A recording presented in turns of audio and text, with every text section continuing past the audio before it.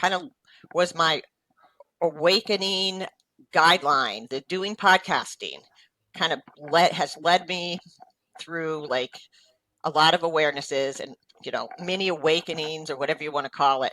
It's been great. It's been great to take the time to just not do any real podcasting and kind of lurk on everybody else's stuff.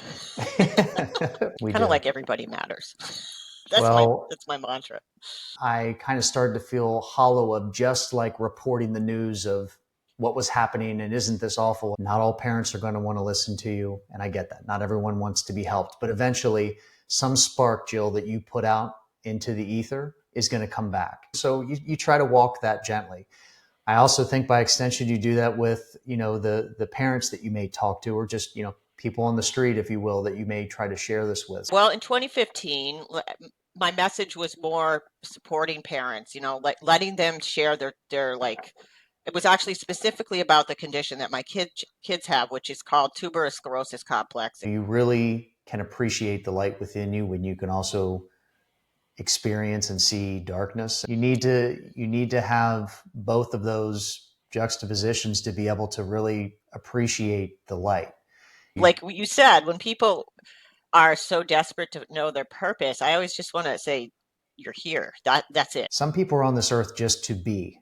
And that feels like to them, depending on where they're at, well, what do you mean just be? Like, shouldn't I be doing something? You're doing something right now, just being that spark to other people, which cascades out to other people, and on and on and on it goes. When I go out and I exercise, that's how I access the field or whatever.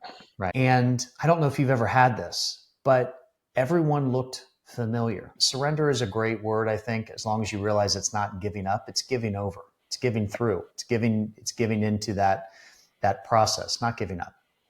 I'm going to win and everyone else is going to win, or we don't play the game at all. It's okay to not know all the answers and get to a point where you can accept you've learned enough that you realize you have so much more to learn. I hate the idea of help. I mean, I think it's I don't know. I could go on a whole rant because I feel, again, it leads back to what, our purpose and whatnot. I want to have a conversation with you so we can exchange our ways of operating and maybe learn something from each other and grow. You get to this brick wall and you're like, what in the hell is this brick wall doing here? Like, this is a perfectly good path. I've walked this with my kids forever. You know what?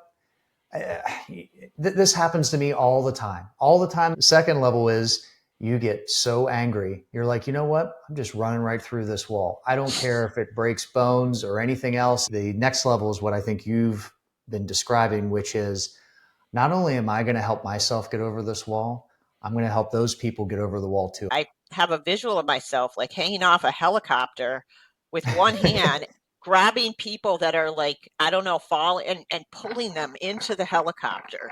That's kind of how I feel like with kind of awakening people from the dangers of the system, the fact they're still stuck in it. You forget to put your own oxygen mask on. You forget that you're also to be saved in this helicopter because you are worth it. Jill, you're worth it. I'm worth it. Everyone is worth it. I love that. Just being a caregiver and just trying to save one drowning person while everyone else is clamoring on top of you. Really, we are soul safe. And remembering that, remembering why we're here and just keeping that at the forefront is really, really key. I felt like I was lifting out of the chair.